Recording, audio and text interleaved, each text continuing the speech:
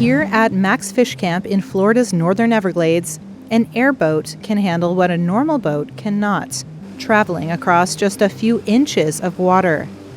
But other parts of the Everglades have even less.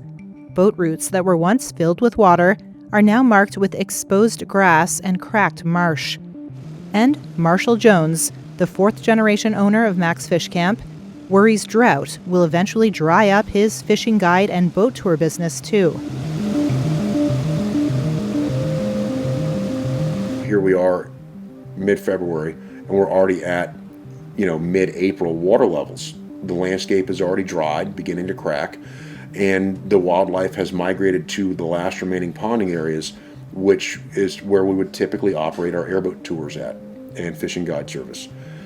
Those areas are going to be inoperable by the airboats in a safe manner by the end of this week.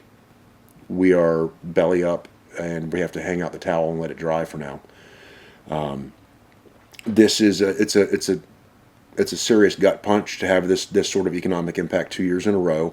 I don't know that we'll be able to fully recover from it. I will probably have to sell many of my business's assets just to be able to float our regular monthly expenses and to sustain the business from going bankrupt.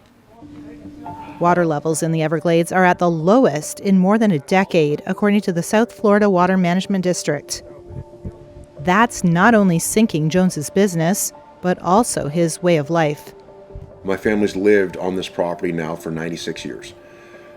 My entire life, I'm 48 years old, my entire life I've spent here, learned how to walk on this dirt road, how to swim in the canal with the alligators, and learned how to hunt and fish on all of this amazing piece of God's creation, which we call the Everglades, the river of grass. Experts say as South Florida gets warmer, it gets drier because heat affects the evaporation of the massive wetland ecosystem. Jones questions how much more pressure the ecosystem can withstand. The Everglades was never supposed to be developed into what we have today, which is this vast, sprawling metropolis that encroaches into nature. The wildlife can't really sustain much more encroachment. And the current management practices and future management plans need to be addressed and changed in such a manner that they make this ecology more sustainable for the historical occupation of the native wildlife that should be thriving.